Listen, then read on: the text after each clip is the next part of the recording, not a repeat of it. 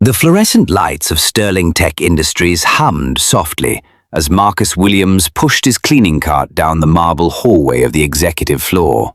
It was 6:47 p.m. on a Tuesday evening, and most of the employees had already gone home. The squeaky wheel on his cart echoed through the empty corridor, a sound he'd grown accustomed to over the past 3 months.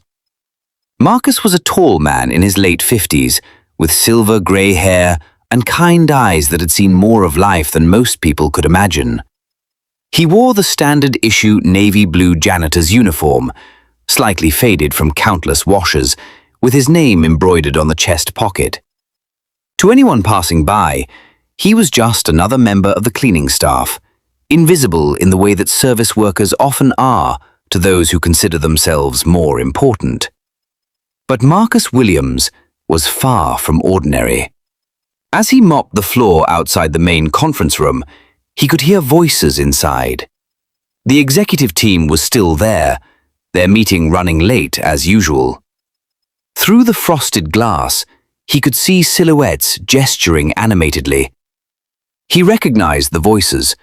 There was Jennifer Hartley, the chief operating officer, her sharp tone cutting through even the thick door. Robert Chen, the chief financial officer, speaking in his usual measured, analytical way. And of course, Derek Preston, the vice president of sales, whose booming laugh could wake the dead. Marcus continued his work, methodical and thorough. He'd always believed that any job worth doing was worth doing well.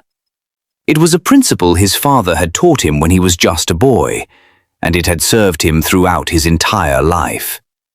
"Did you see the new directives from corporate?" Jennifer's voice drifted through the door. "They want us to increase productivity by 30% while cutting costs by 20%. It's absolutely insane." "The board doesn't understand what happens on the ground level," Robert replied. "They just see numbers on a spreadsheet. They don't see the people behind those numbers." Marcus smiled slightly as he continued mopping. If only they knew. The truth was, Marcus had been watching Sterling Tech very carefully for the past 3 months. Every conversation he'd overheard, every document he'd seen left carelessly on desks, every interaction between employees had told him a story. And it wasn't a story he particularly liked. Sterling Tech had once been a shining example of innovation and employee care. Founded 23 years ago by Thomas Sterling, it had built its reputation on creating cutting-edge software solutions while maintaining a culture of respect and opportunity for all employees. But Thomas had passed away 2 years ago, and his children had inherited the company. They'd installed their own hand-picked board of directors, and slowly but surely, the company's soul had begun to erode. Marcus had seen it happening from his unique vantage point, the janitor who nobody noticed, the invisible man who cleaned up after everyone else had gone home. He'd watched as long-time employees were pushed out to be replaced with cheaper, less experienced workers. He'd seen the way management spoke to the administrative staff with barely concealed contempt. He'd observed how ideas from lower-level employees were dismissed without consideration, while executives took credit for innovations they'd had nothing to do with. But what troubled Marcus most was the way the current leadership was running the company into the ground. Despite healthy profits on paper, he could see the cracks forming. Employee morale was at an all-time low. Customer complaints had tripled in the past year. The company's best engineers were quietly updating their resumes and attending interviews with competitors. Sterling Tech was dying, and the people at the top were too busy protecting their own positions to notice. As Marcus finished mopping the hallway, he heard the conference room door open. Derek Preston emerged, straightening his expensive tie and checking his Rolex. He nearly walked right into Marcus's cleaning cart. "Watch it!" Derek snapped, not bothering to make eye contact. Some of us have important places to be." "My apologies, sir," Marcus said quietly, moving his cart aside. Derek strode past without another word, his Italian leather shoes clicking against the floor Marcus had just cleaned. Marcus watched him go, making a mental note. Derek Preston had just made his list longer. Over the next 2 weeks, Marcus continued his observations. He made a point of working different shifts, seeing the company at all hours. He introduced himself to employees on every level, from the mailroom to the IT department. He learned their names, asked about their families, and listened to their concerns. And people talked to him. After all, who pays attention to what they say in front of the janitor? Marcus learned about Sarah Chen, a brilliant young programmer whose innovative algorithm could revolutionize the company's flagship product. But her ideas had been rejected by Derek Preston, who told her to stick to coding and leave the big thinking to people who understand business. Sarah had started interviewing with competitors. He learned about James Martinez, a 30-year veteran of the company who'd been forced into early retirement to make room for fresh blood. James had trained half the current workforce and held institutional knowledge that was irreplaceable. He'd been escorted out of the building with a generic thank you card and a handshake. He learned about the toxic work environment in the sales department, where Derek Preston berated his team regularly and took credit for their successes while blaming them for any failures. 3 of the top sales representatives had quit in the past month alone. Marcus documented everything. He kept careful notes, not on paper that could be found, but stored securely in the cloud, accessible only to him. He was building a case, piece by piece, interaction by interaction. On a Friday evening, 3 weeks into his employment at Sterling Tech, Marcus was cleaning the executive bathroom when he overheard a conversation that changed everything. Jennifer Hartley and Robert Chen were in Jennifer's office, which shared a wall with the bathroom. They were speaking in hushed tones, but the ventilation system carried their voices clearly. "The board meeting is in 2 weeks," Jennifer said. "We need to have our presentation perfect. If we can convince them to approve the restructuring plan, we'll be set." "You mean the plan that involves laying off 40% of the workforce?" Robert asked, his voice troubled. "Don't go soft on me now, Robert. Those severance packages are expensive, but once they're gone, our quarterly numbers will look fantastic. The board will love it, and we'll all get our bonuses." "What about the long-term health of the company?" Jennifer laughed, but there was no humor in it. "By the time the long-term problems become apparent, we'll have moved on to bigger and better things. Let the next leadership team deal with it.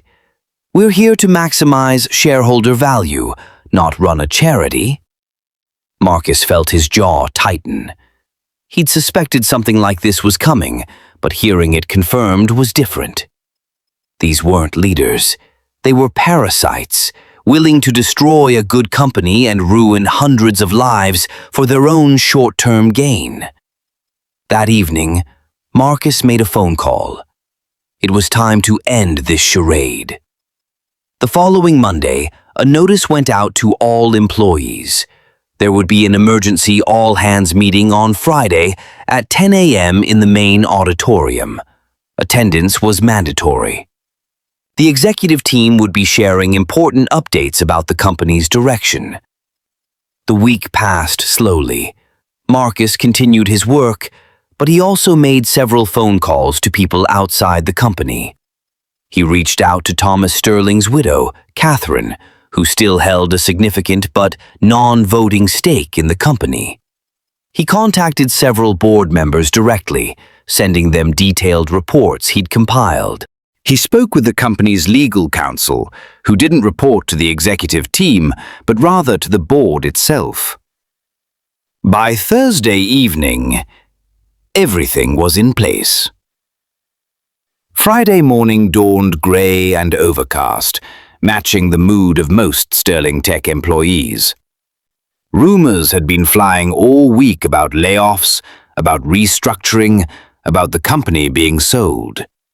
Nobody knew what to expect, but everyone feared the worst. At 9:45 a.m., the auditorium began to fill. It was a large space, capable of holding nearly 500 people, and it was filling up quickly. Engineers, sales representatives, administrative staff, customer service agents, they all filed in, their faces marked with worry and resignation. The executive team was already on stage, sitting in a row of chairs behind a long table. Jennifer Hartley sat in the center, looking confident and polished in a designer suit. Derek Preston sat to her right, checking his phone. Robert Chen sat to her left, looking less comfortable than his colleagues. At 9:58 a.m., Marcus Williams entered the auditorium. He was still wearing his janitor's uniform, pushing his cleaning cart. He deliberately timed his arrival to be late enough that most people were already seated, but early enough that the meeting hadn't officially started.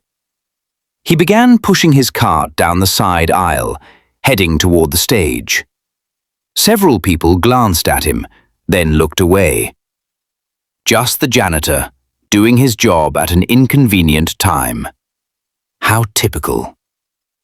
Marcus continued down the aisle, his cart squeaking softly. When he reached the front of the auditorium, instead of veering off to the side, he turned and headed directly toward the stage stairs. Jennifer Hartley noticed him first. Her eyes widened slightly in annoyance. "Excuse me," she said, her voice carrying through the microphone. "We're about to start a meeting. You'll need to come back later." Marcus didn't respond. He simply continued up the stairs, leaving his cart at the bottom. Derek Preston stood up, his face reddening. "Hey, are you deaf? Get out of here!" Several people in the order murmur. This was unexpected. This was strange. Marcus walked across the stage, his footsteps echoing in the suddenly silent auditorium. He moved behind the table where the executive sat. And then, calmly and deliberately, he sat down in the empty chair at the center of the table. The CEO's chair, which had remained vacant since Thomas Sterling's death. The auditorium erupted in confused whispers. Jennifer Hartley stood up, her face flushed with anger. "What the hell do you think you're doing? Security!" "Why is a janitor in this meeting?" Derek Preston demanded, his voice dripping with contempt. He turned to the audience, gesturing at Marcus. "Can you believe this? This is exactly the kind of—" "Please, sit down, Mr. Preston," Marcus said quietly, but his voice carried authority that made Derek stop mid-sentence. At that moment, the auditorium's main doors opened. Catherine Sterling walked in, accompanied by 3 members of the board of directors and the company's chief legal counsel, Howard Mitchell. They moved to the front of the auditorium, Catherine climbing the stage stairs with the aid of a cane. Jennifer Hartley's face had gone pale. "Catherine, what's going on?" The elderly woman, silver-haired and elegant despite her 78 years, smiled sadly. "That's what I'd like to know, Jennifer. That's what I'd like to know." Howard Mitchell stepped forward, holding a folder. "Ladies and gentlemen, thank you for your patience. There have been some significant developments that the board felt should be shared with all of you. First, I'd like to introduce you to someone. Many of you have seen him around over the past few months. This is Marcus Williams." The audience was dead silent now, every eye fixed on the stage. Howard continued. "Mr. Williams is not actually a janitor, though he's done an excellent job in that role. Mr. Williams is, in fact, a specialist in corporate restructuring and organizational health. He's worked with over 200 companies across 3 decades, helping identify problems and implement solutions. Mrs. Sterling retained his services 3 months ago because she was concerned about reports she'd been hearing about Sterling Tech. Catherine Sterling took the microphone.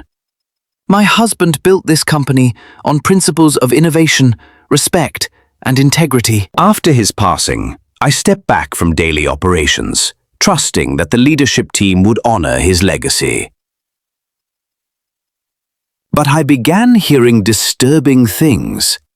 Employees reaching out to me directly, customers complaining. So I asked Marcus to take a look, and what he found broke my heart. Marcus stood, and suddenly the tired-looking janitor was gone. In his place stood a man of evident authority and experience. When he spoke, his voice was clear and commanding. Over the past 3 months, I've observed this company from the ground up. I've spoken with employees at every level. I've reviewed financial documents, customer feedback, and operational procedures. And I've identified systematic problems that, if not addressed, will destroy Sterling Tech within 2 years. He turned to look at Jennifer, Derek, and Robert. I've documented a pattern of toxic leadership, financial mismanagement disguised by creative accounting, and a deliberate plan to sacrifice long-term stability for short-term bonuses. Derek Preston jumped to his feet. This is ridiculous. You can't just... Sit down, Mr. Preston, Catherine Sterling said, her voice sharp. You'll have your chance to speak. In fact, the board will want to speak with you, Ms. Hartley, and Mr. Chen at length. With your attorneys present. She turned back to the audience. But first, these employees deserve to know the truth. Marcus? For the next hour, Marcus laid it all out. He presented his findings clearly and methodically. He talked about the planned layoffs that would have gutted the company's core competency. He discussed the morale problems created by leadership that valued control over collaboration. He revealed the way innovation was being stifled and talented people were being driven away. But he didn't just present problems. He presented solutions. Sterling Tech has incredible potential, Marcus said. You have brilliant people, strong products, and a reputation that, while damaged, can be rebuilt. What you've lacked is leadership that recognizes and nurtures these strengths. He outlined a plan for restructuring that didn't involve mass layoffs, but rather strategic reorganization. He proposed bringing back key personnel who'd been forced out, including James Martinez, who would serve as an advisor to help preserve institutional knowledge. He recommended promoting from within, including Sarah Chen, whose algorithm would become the centerpiece of the next product generation. And then, he made an announcement that surprised everyone. The board of directors has asked me to serve as interim CEO for the next 18 months, Marcus said. My role will be to implement these changes, stabilize the company, and identify and train the next permanent CEO from among Sterling Tech's own employees. Because true leadership isn't about titles or corner offices. It's about service, vision, and bringing out the best in others. The auditorium remained silent for a long moment. Then, from somewhere in the back, someone started clapping. Others joined in. Within seconds, the entire auditorium was on its feet, applauding. Not everyone was happy, of course. Jennifer Hartley stormed out, her career in ruins. Derek Preston was escorted from the building by security after making several threats. Robert Chen, to his credit, requested a private meeting with Marcus and Catherine, where he admitted his complicity and resigned, though he also offered to help with the transition in any way he could. In the days and weeks that followed, Sterling Tech began to transform. Marcus held town halls where any employee could voice concerns or suggestions. He implemented an open-door policy. He created clear pathways for advancement based on merit, not favoritism. He brought in consultants to address the toxic culture in the sales department and hired a new VP of sales, promoted from within, who believed in supporting rather than berating her team. Sarah Chen not only stayed, but thrived, leading a team that would win 3 Industry Innovation Awards over the next year. James Martinez returned as an advisor and mentor, helping to train the next generation of leaders. Employee retention rates improved dramatically. Customer satisfaction scores began climbing. And Marcus Williams, the man who'd been dismissed as just a janitor, led the company through one of its most successful periods. He never forgot what it was like to be invisible, to be dismissed, to be underestimated. And he made sure that every single employee at Sterling Tech, from the actual janitorial staff to the executive suite, was treated with dignity and respect. 18 months later, true to his word, Marcus stepped down as CEO. The board selected Sarah Chen as his successor. At his farewell party, attended by hundreds of employees who'd grown to respect and admire him, Marcus gave a simple speech. "I've learned something in my career," he said. "Every person you meet knows something you don't. Every job, no matter how humble it might seem, has dignity and value. And the measure of a leader isn't how they treat those above them, but how they treat those below them. Or, better yet, true leaders don't see anyone as below them. They see colleagues, partners, and fellow human beings." He paused, looking out at the crowd. When I walked into that meeting and sat in the CEO's chair, some of you wondered why a janitor was there. The truth is, I wasn't a janitor pretending to be a CEO. I was a CEO who had the privilege of working as a janitor. And in doing so, I learned more about this company than I could have from any executive briefing.